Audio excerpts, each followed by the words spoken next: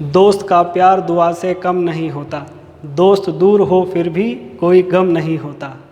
छोड़ देते हैं साथ अपना कहने वाले बीच राह में, एक दोस्त ही है जिसका साथ व्यक्ति जीवन भर नहीं खोता। हेलो दोस्तों, मेरा नाम है आदित्य और आप मेरे साथ जुड़े हैं एक ऐसे सफ़र पर जहां we are learning to love maths. तो बिना किसी देरी के चलिए शुरू करते हैं। तो लास्ट 3 क्लास में हमने बात करी है मिक्सचर पर, उसके बेसिक टाइप्स भी समझे हैं। आज हम बात करेंगे एलिगेशन मेथड पर। एलिगेशन मेथड जो बहुत ज़्यादा परेशान करता है बच्चों को, समझ में नहीं आता कि किस क्वेश्चन में एलिगेशन मेथड को लगाएं, कैसे लगाएं और एलिगेशन मेथड पर बेस्ड क्वेश्चंस कैसे एग्ज़ाम में पूछे जा सकते हैं। तो आज उन्हीं सभी क्वेश्चंस पर हम बात करेंगे और साथ ही साथ ये भी देखेंगे कि लास्ट 2 ईयर से जब से हमारा पैटर्न चेंज हुआ है एसएससी का और टीसीएस ने एग्ज़ाम कंडक्ट कराना शुरू किया है, तो कैसे मिक्सचर के क्वेश्चंस जो एलिगेशन पर बेस्ड हैं वो कैसे थोड़ा सा ट्विस्ट होकर आने लगे हैं। तो उन सभी क्वेश्चंस पर बात करनी है। लास्ट 2 ईयर के एसएससी सीजीएल मेंस सीपीओ के सभी क्वेश्चंस को हम ट्राई करने की कोशिश करेंगे। लास्ट क्लासेस में हमने जो क्वेश्चंस किए हैं उनको भी हम देखेंगे कि कैसे हम उनको एलिगेशन मेथड से भी कर सकते हैं। पर प्रैक्टिस करने के बाद आपको एक बात पता चलेगी कि कैसे एलिगेशन मेथड की भी कुछ लिमिटेशंस हैं, कैसे हम किन्हीं क्वेश्चंस में एलिगेशन मेथड का यूज़ कर सकते हैं और कहीं कहीं क्वेश्चंस हमें इतना परेशान करेगा कि हमें एलिगेशन मेथड को छोड़कर दूसरे मेथड की तरफ जाना पड़ेगा, जहां पर हम उस क्वेश्चन को ज़्यादा आसानी से ट्राई कर पाएंगे। तो इसी बात के साथ शुरू करते हैं आज की क्लास को। सभी बच्चे हेडिंग डालेंगे एलिगेशन। तो मिक्सचर चैप्टर को समझते हुए, मिक्सचर टॉपिक को समझते हुए हम उसमें समझना चाह रहे हैं कि मिक्सचर के क्वेश्चंस को हम एलिगेशन से कैसे आसान कर सकते हैं। तो एक हाइपोथेटिकल एग्जांपल के साथ इस क्वेश्चन को समझेंगे, इस तरीके को समझेंगे कि हम कैसे एलिगेशन मेथड का यूज़ करते हैं। बेसिकली एलिगेशन मेथड को आप जब भी यूज़ करेंगे तो हमें इसमें 5 क्वांटिटी निकालने को मिलती हैं। 2 किन्हीं भी मिक्सचर्स को या किन्हीं भी लिक्विड्स को हम मिलाते हैं, जिनसे हमें इन दोनों क्वांटिटीज़ के रेशियो के बारे में पता चलता है। अगर एक हाइपोथेटिकल एग्जांपल ले लिया जाए, मान लीजिए हम ये कहने लगे कि एक व्यक्ति के पास 2 टाइप के चावल हैं, यानी मान लीजिए 50 रुपये किलो और 70 रुपये किलो। एक व्यक्ति के पास है 2 टाइप के चावल जिसका रेट है 50 रुपये किलो और 70 रुपये किलो।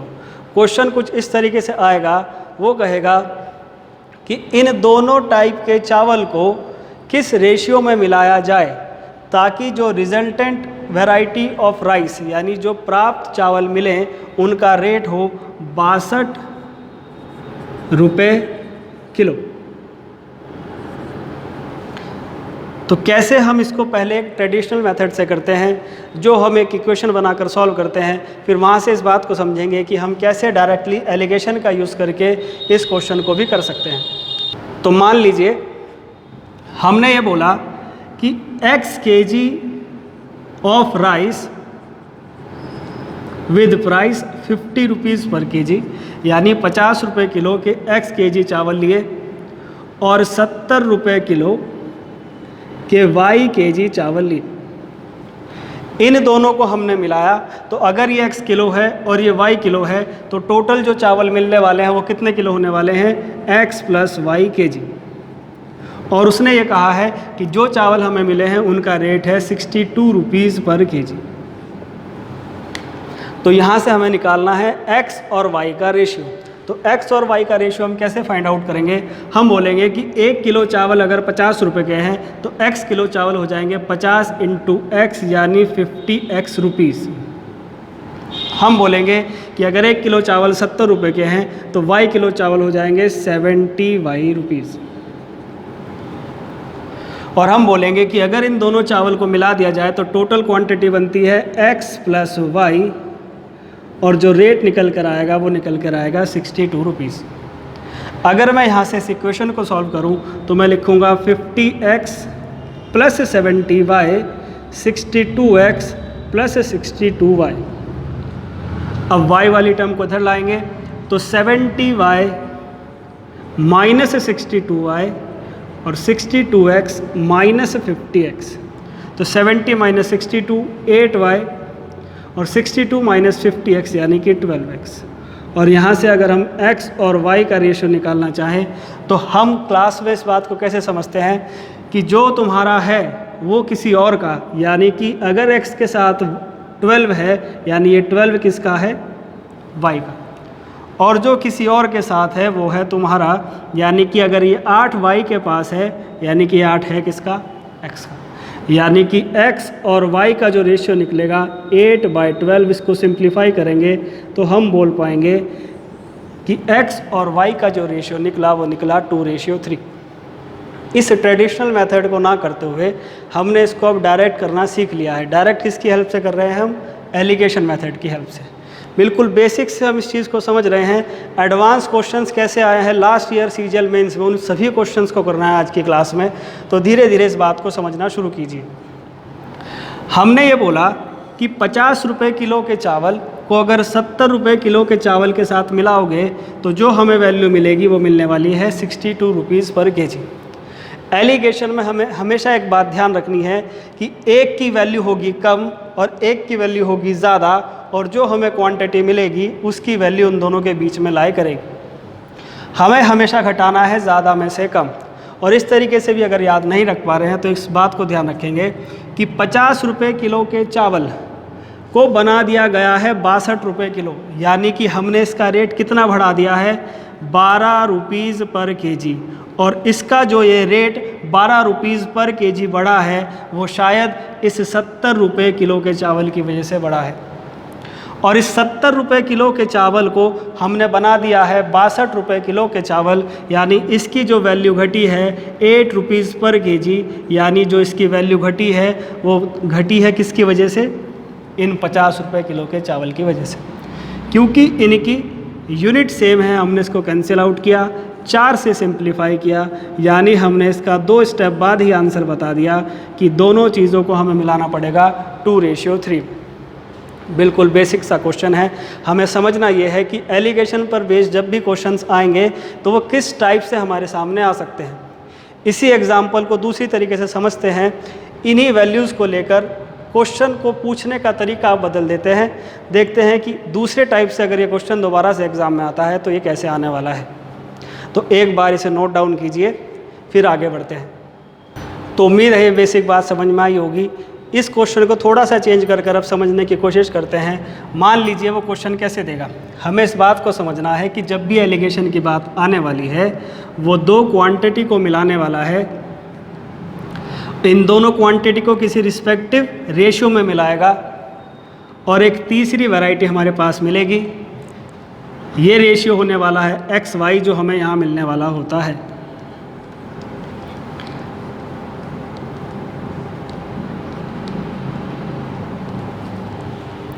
इस बात को समझना है कि ये जो दोनों क्वांटिटी है ये एक दूसरे से इंडिपेंडेंट होती हैं, यानी कि इस 50 रुपये किलो और 70 रुपये किलो को मिलाकर हमें बनाना था एक 62 रुपये किलो के चावल। तो हमने देखा कि कैसे हमने इसका रेशियो फाइंड आउट किया। पर अब जो TCS के क्वेश्चंस आने लगे हैं उसमें इन दोनों क्वांटिटी को इंडिपेंडेंट, यानी कि एक दूसरे से स्वतंत्र ना रखकर एक दूसरे पर डिपेंडेंट कर दिया गया है। यानी कि ऐसा बोला जाएगा कि इस वैरायटी की जो प्राइस है वो इससे 20% कम है या 33 कम है। यानी जहाँ पर हमें इस एलिगेशन मेथड को लगाने में दिक्कत होने वाली है उसे समझेंगे इस क्लास के लास्ट में। पर अभी इसी क्वेश्चन को समझते हैं दोबारा से। अब क्वेश्चन कैसे आएगा इस बात को समझिए। अब वो आपसे बोलने वाला है कि मेरे पास 2 वैरायटी है चावल की जिसे हमें 2:3 में मिलाना है। पहली वैरायटी का जो प्राइस है वो है 50 रुपये किलो और दूसरी वैरायटी का आपको प्राइस बताना होगा और वो ये कहेगा कि इन दोनों को मिलाने पर जो मुझे क्वांटिटी मिलेगी उसका जो प्राइस है वो होगा 62 रुपीज़ पर केजी। तो जैसे हमने अभी समझा इस बात को फिर से ऐसे ही समझते हैं। हम बोलेंगे ज़्यादा में से कम, यानी 62 माइनस 50 यानी कि 12। और यहाँ पर भी एक वैल्यू आने वाली है रेशियो की। अब आप एक बात बताइए कि जो ये रेशियो की वैल्यू है दरअसल यही तो है, यानी कि इन 3 पॉइंट की वैल्यू कितनी दी है 12।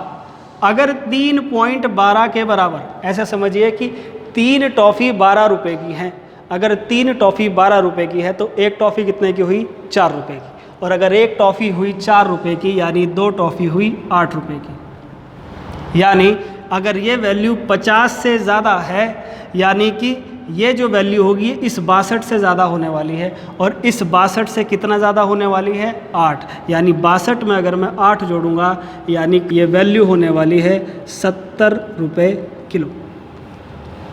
क्वेश्चन कैसा होगा वो भी आपको स्क्रीन पर दिख जाएगा, पर अभी आपको इन कॉन्सेप्ट को समझना है कि एग्जामिनर इन क्वेश्चंस को कैसे घुमाकर पूछता है आपसे। तो उम्मीद है ये बात समझ में आई होगी। एक बार इसको रिपीट कर कर ज़रूर देखिएगा। अभी हम बढ़ते हैं इसके अगले टाइप पर। तो हमने समझा अभी तक कि पहले टाइप के जो क्वेश्चन बनेंगे उसमें आपको 2 मिक्सचर गिवन होंगे, तीसरे मिक्सचर का भी रेट गिवन होगा और आपसे पूछेगा इनका रिस्पेक्टिव रेशियो। दूसरा टाइप हमने जो समझा कि आपको एक मिक्सचर गिवन होगा, दूसरे मिक्सचर की वैल्यू बतानी होगी, इस तीसरे मिक्सचर की भी वैल्यू गिवन होगी और आपको ये दोनों रेशियो भी गिवन होंगे। अब वो आपसे पूछने वाला है, उसी एग्जाम्पल को लेते हैं ताकि दोबारा से अच्छे से समझ पाएँ। वो आपसे कहेगा कि 50 रुपये किलो के चावल और 70 रुपये किलो के चावल को 2:3 में मिलाइए और जो प्राप्त मिश्रण है उसका मूल्य बताइए, यानी कि find the price of the resultant mixture. यहाँ पर क्योंकि ये एक सिंगल क्वांटिटी है यानी सिर्फ ये चावल है, ऐसे क्वेश्चंस हमने मिक्सचर में कर चुके हैं जहाँ पर 2 टाइप के मिक्सचर्स को मिलाना होता था, जहाँ पर हम उसके पहले रेशियो के सम को इक्वल करते थे, फिर उसकी रिस्पेक्टिव क्वांटिटी से मल्टीप्लाई करते थे, फिर दूध में दूध और पानी में पानी ऐड करके उसका आंसर बताते थे। उन क्वेश्चंस को हम एलिगेशन के मेथड से भी कर सकते हैं। थोड़ी देर में उन क्वेश्चंस को भी दोबारा से रिवाइज करेंगे। दोबारा से रिवाइज करने का मतलब ये कि उन टाइप्स पर बेस्ड पिछले साल एसएससी मेंस में जो क्वेश्चंस आए उन्हें हम करने की आज कोशिश करेंगे। ये जो 7 लेक्चर की मिक्सचर की सीरीज़ चल रही है, इसमें मेरी कोशिश ये रहेगी कि पिछले 2 साल में एसएससी सीपीओ सीएचएसएल में जितने भी मिक्सचर पर क्वेश्चंस आए हैं टीसीएस के पैटर्न पर बेस्ड, वो सभी क्वेश्चंस को मैं करा दूं ताकि आपको खुद से वो मेहनत ना करनी पड़े और आप इन 7 के 7 लेक्चर्स को देखकर उन सभी क्वेश्चंस को रिवाइज कर पाएँ और उनका जो बेस्ट मेथड है उस क्वेश्चन को करने का एग्जाम में उसे समझ पाएँ। तो अभी इस क्वेश्चन को समझते हैं। ये है 50 रुपये किलो के चावल और ये है 70 रुपये किलो के चावल। अब हमें रिजल्टेंट मिक्सचर का रेट बताना है, तो हमें ये पता है कि ये वैल्यू इन दोनों के बीच में आने वाली है। अब हमें एक बात भी पता है कि ये वैल्यू 50 है और ये वैल्यू 70 है, यानी कि ये वैल्यू 50 से तो ज़्यादा होगी और 70 से होगी कम।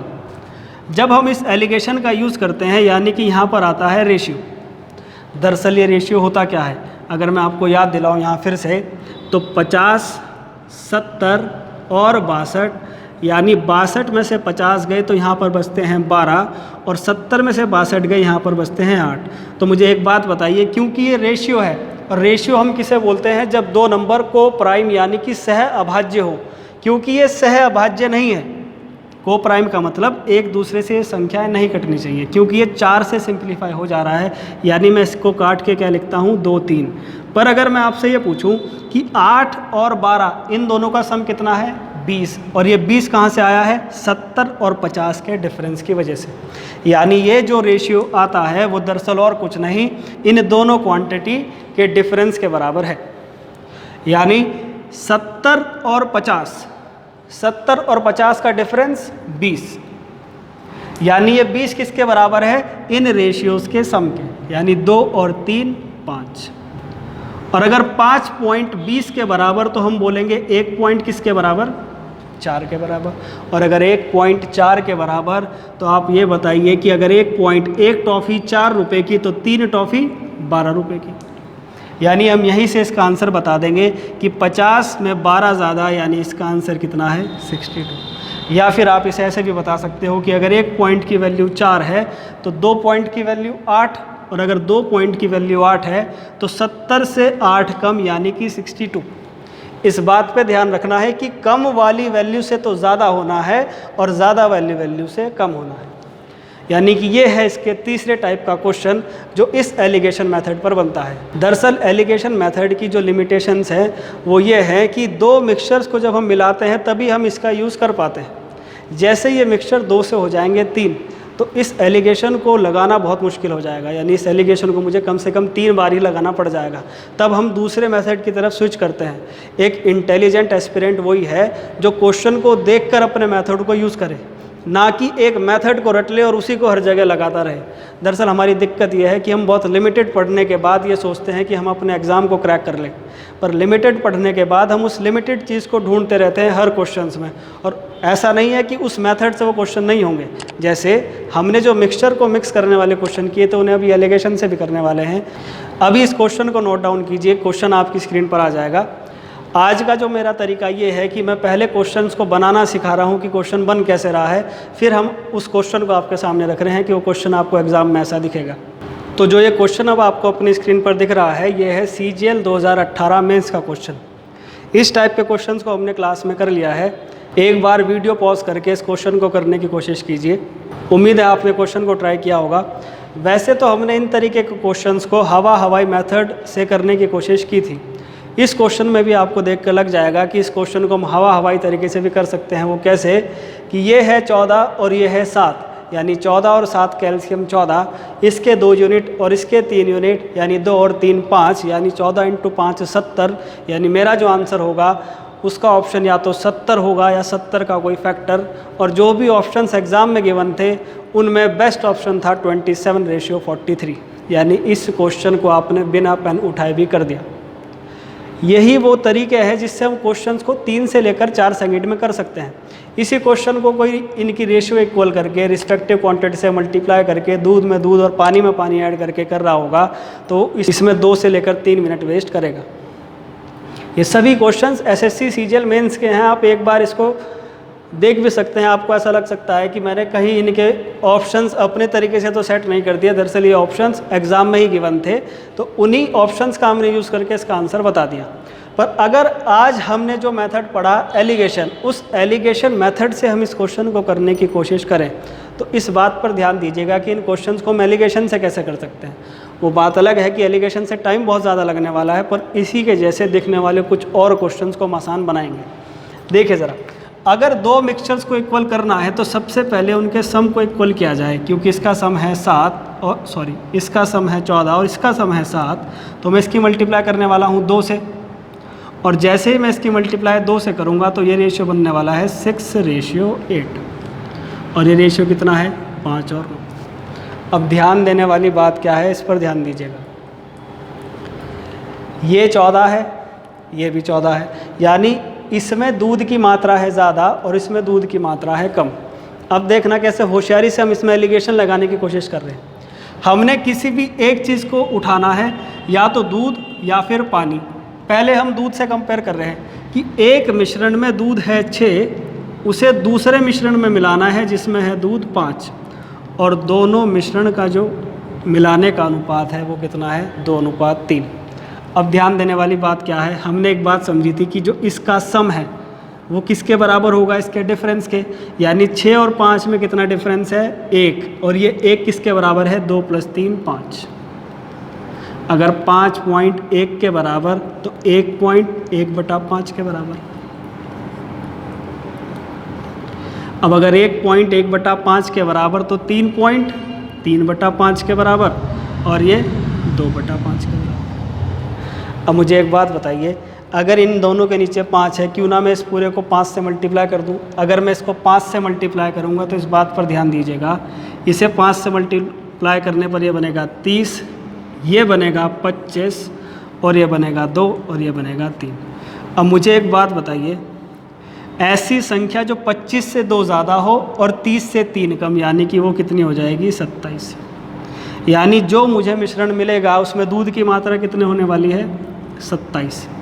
अब एक बात बताइए, इसका सम था 14 और हमने इसकी मल्टीप्लाई किससे करी है 5 से, यानी 14 × 5 70, और 70 में से अगर 27 दूध है तो पानी कितना है 43।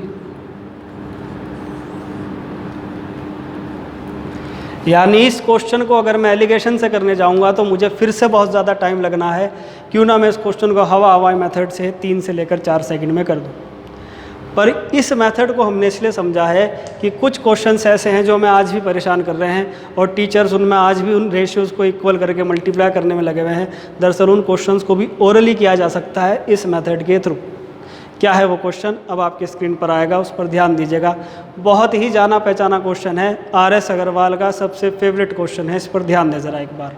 मैं क्वेश्चन आपके लिए एक बार पढ़ देता हूँ। क्वेश्चन ये कह रहा है कि पूरी धरती पर पानी और थल यानी वाटर और लैंड का जो रेशियो है वो है 7:5।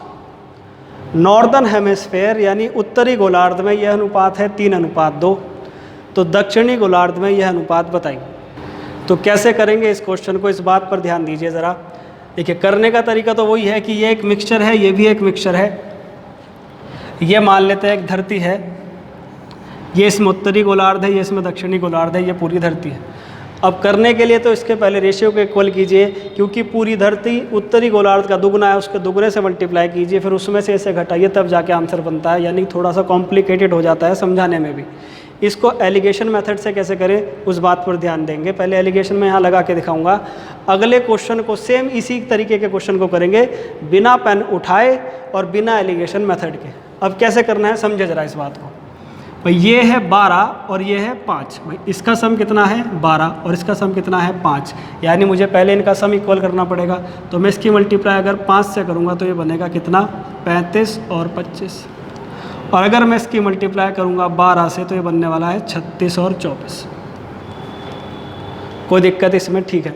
अब हमने कहा जैसे ही दोनों का सम इक्वल हो जाए तो एलिगेशन कैसे लगाया जाए। किसी भी एक चीज़ को उठा लीजिए। भाई पानी अगर मैंने उठा लिया तो मुझे बताइए उत्तरी गोलार्ध और दक्षिणी गोलार्ध को मिलाने पर ही तो धरती मिलने वाली है। तो हमने कहा उत्तरी गोलार्ध, ऐसे समझिएगा, उत्तरी गोलार्ध और दक्षिणी गोलार्ध को जैसे ही आप मिलाओगे तो पूरी धरती की वैल्यू आने वाली है। अब उत्तरी गोलार्ध और दक्षिणी गोलार्ध किस अनुपात में है, 1:1 में है।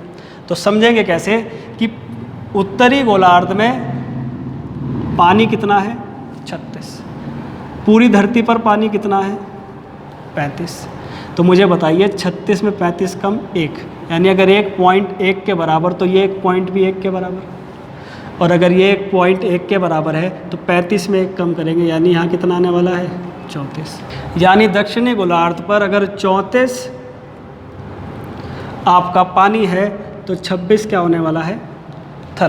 भाई 34 और 26 मिलाने पर क्या बनने वाला है 60। इस रेशियो को सिंप्लीफाई कीजिए, यानी इसका आंसर क्या आने वाला है 17:13। ये लग सकता है कॉम्प्लिकेटेड, पर जैसे ही मैं इसे क्वेश्चन को दोबारा से करूँगा आपके सामने, आपको इसे करने का तरीका पता चलेगा कि मैं कैसे इसको डायरेक्ट कर सकता हूँ। ये चीज़ें हमें दिमाग में रेडी रखनी है कि भाई इन दोनों का रेशियो तो 1:1 ही रहने वाला है, और इन दोनों को मिलाने पर जो धरती का रेशियो आने वाला है वो इसका दुगना होने वाला है। तो इस दुगने को और इस 1:1 को भी ध्यान रखना है उन TCS के क्वेश्चंस को करने के लिए जो हम थोड़ी देर में करने वाले हैं। तो अभी इस चीज़ को उतारिए और अगला क्वेश्चन अब आपकी स्क्रीन पर आएगा, उस पर ध्यान दीजिए। तो अगला क्वेश्चन क्या कह रहा है, इसको मैं पढ़ देता हूँ। पूरी धरती पर थल और पानी का अनुपात 3:8 है। उत्तरी गोलार्ध यानी कि नॉर्दर्न हेमिस्फेयर में ये रेशियो है 2:5। तो दक्षिणी गोलार्ध में ये अनुपात क्या होगा। तो कैसे इस टाइप के क्वेश्चंस को एकदम से करें और इस क्वेश्चन की लैंग्वेज कैसे चेंज होगी एग्जाम में, उस पर भी अभी थोड़ी देर में बात करते हैं। पर पहले देखिए इस क्वेश्चन को एकदम से कैसे करें एग्जाम में। 8 और 3 11, 5 और 2 7, यानी इसके पास 11 है 7 नहीं है तो मैं इसकी मल्टीप्लाई करूँगा 7 से, यानी कि 21, और इसके पास 7 है 11 नहीं है तो मैं इसकी मल्टीप्लाई करूँगा 22 से, यानी 11 × 7 मुझे क्या बनाना है 77। मैंने सिर्फ 1 से मल्टीप्लाई इसलिए की है क्योंकि मुझे 1 से ही काम बनने वाला है। अब ध्यान देना ज़रा एक बात, पूरी धरती है 21, ये धरती से 1 ज़्यादा है तो वहाँ पर 1 कम होगा यानी कि 20, और क्योंकि टोटल सम है 77 तो ये अगर 20 है तो ये कितना होने वाला है 57। उम्मीद है इस क्वेश्चन का आंसर आप 3 से लेकर 4 सेकंड में निकाल पाए होंगे। ये क्वेश्चन एग्ज़ाम में और कैसे आएगा इस बात पर भी ध्यान दीजिए। हमेशा से धरती पर थल और पानी का अनुपात ना देके वो इस क्वेश्चन को ऐसे भी बोल सकता है, थोड़ा सा ट्विस्ट करके। ध्यान दे ज़रा एक बार, वो बोलेगा कि एक पेंटिंग बनानी है और इस पेंटिंग में 2 ही कलर यूज़ होने हैं, मान लीजिए ब्लैक और वाइट। वो कहेगा ऊपरी भाग में काले और सफ़ेद रंग का जो अनुपात है वो है 2:5। अगर पूरी पेंटिंग में काले और सफ़ेद रंग का अनुपात हो 3:8, तो निचले भाग में अनुपात क्या होगा, जो कि हमारा आंसर है 20:57। ऐसे क्वेश्चन 2 से लेकर 3 साल पहले आया करते थे एसएससी के एग्ज़ाम में। अब ये क्वेश्चन नहीं आ रहे। अब आप यकीन नहीं करेंगे कि पिछले 2 साल में जब से टीसीएस ने पेपर लेना स्टार्ट किया है, मिक्सचर के लगभग 17 क्वेश्चन आए हैं अभी तक, सीजीएल मेंस में और सीपीओ में। इन 17 में से 6 क्वेश्चन केवल एक ही टाइप पर बेस्ड हैं। वो टाइप क्या है, एलिगेशन का ही टाइप है, पर उसमें एलिगेशन लगाएंगे अगर हम तो बहुत ज़्यादा टाइम लगने वाला है। तो उस क्वेश्चन को बहुत कम समय में ऑप्शन की हेल्प से कैसे करें, उस बात पर भी ध्यान देंगे ज़रा आप। आज काफ़ी बच्चों को क्लास की स्पीड थोड़ी ज़्यादा लग रही होगी। दरअसल मैं ये चाह रहा हूँ कि मैक्सिमम से मैक्सिमम क्वेश्चंस, या फिर ये कहें कि पिछले 2 साल में टीसीएस ने मिक्सचर पर जितने भी क्वेश्चंस एग्जाम में पूछे हैं वो मैं सभी क्वेश्चंस आपको इन 7 लेक्चर की सीरीज़ में करा दूँ। तो क्वेश्चन क्या आया है टीसीएस में, उसे मैं एक बार पढ़ दे रहा हूँ जो आपकी स्क्रीन पर दिख रहा है। इसमें कहा गया है कि एक क्लास में 42 स्टूडेंट हैं जिनके एवरेज स्कोर है 69। लड़के और लड़कियों की जो संख्या है उसका जो रेशियो है वो है 10:11। साथ ही साथ इसने ये भी कहा है कि लड़कों के जो औसत अंक हैं वो लड़कियों के औसत अंक से 20% ज़्यादा हैं। तो लड़कों के औसत अंक कितने होंगे, उम्मीद है सवाल देख लिया होगा। मैंने इसके ऑप्शन भी साथ साथ लिखे हैं ताकि आपको ये भी पता चल जाए कि हम कितने स्मार्ट तरीके से इस क्वेश्चन को जल्द से जल्द कर सकते हैं। ये सभी क्वेश्चंस मेरे ख्याल से 5 से लेकर 6 क्वेश्चन आए हैं पिछले 2 साल में, सिर्फ और सिर्फ इसी टाइप पर, जिसमें ये दोनों एक दूसरे पर डिपेंडेंट उसने बना रखे हैं। कैसे अगर मैं इसमें एलिगेशन लगाऊंगा, ये थोड़ा क्वेश्चन लेंथी हो जाएगा, और कैसे मैं इसे स्मार्ट तरीके से करके इस क्वेश्चन को 30 से लेकर 35 सेकंड में कर पाऊंगा। इसने कहा है कि लड़कों के जो एवरेज मार्क्स हैं वो 20% ज़्यादा हैं किससे, लड़कियों से। अगर मैं 20% को रेशियो में बदलना चाहूँ तो 20/100 यानी कि 1/5। कहने का मतलब अगर लड़कियों को 5 नंबर मिले हैं तो लड़कों को 1 ज़्यादा मिले हैं, 6। यानी लड़कियों का एवरेज अगर 5x है तो लड़कों का एवरेज कितना है, 6x।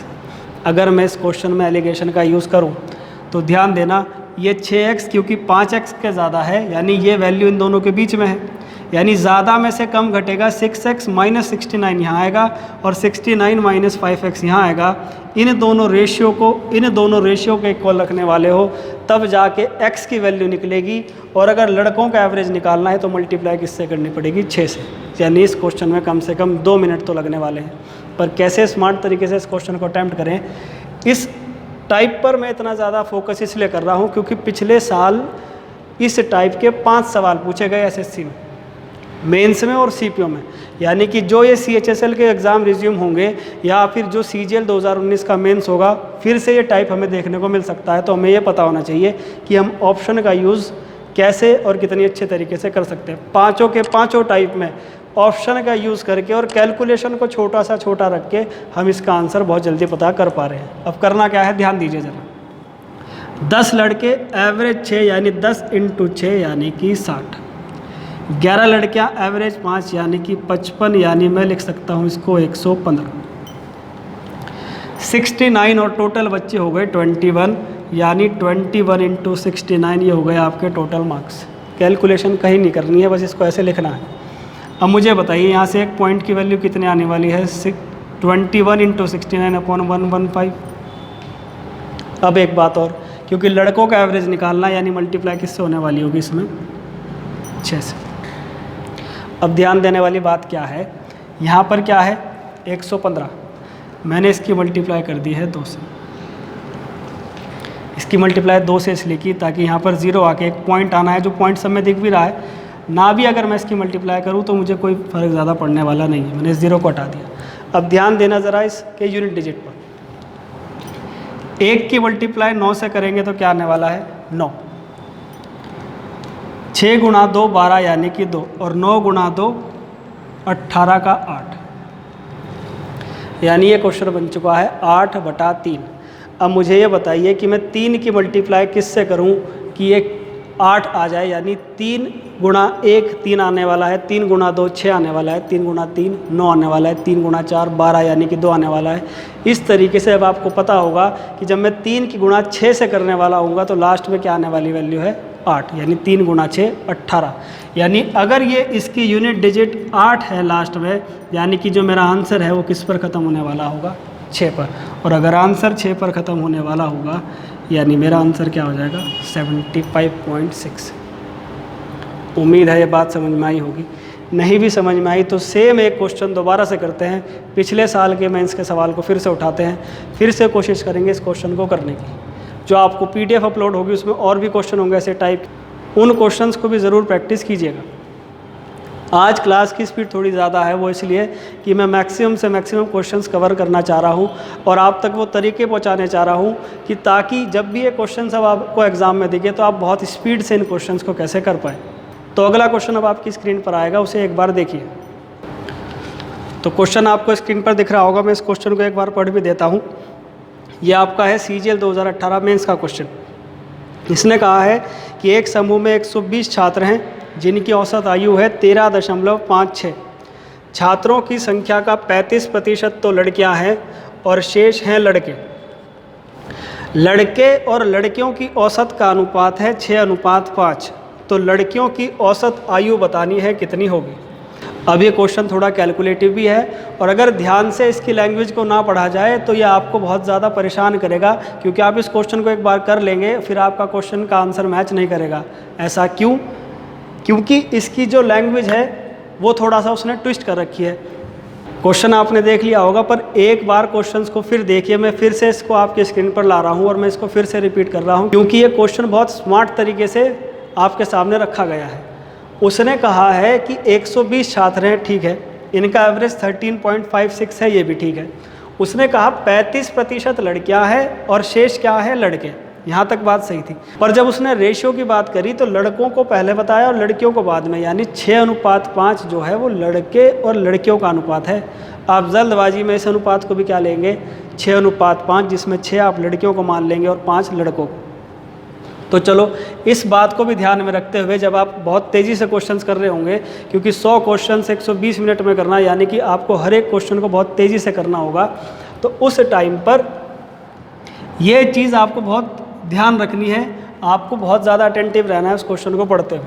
कैसे करें इस क्वेश्चन को, कैलकुलेटिव बहुत ज़्यादा है पर कोशिश करेंगे इसको कम से कम समय में करने की। 35% और 65%, यानी कि 5 से सिंप्लीफाई होगा 7 और ये हो गया 13, यानी 7 गुणा 5 35 और 13 गुणा 6 78, यानी अगर मैं इसको जोड़ दूँ 8 और 5 13, यानी कि 113।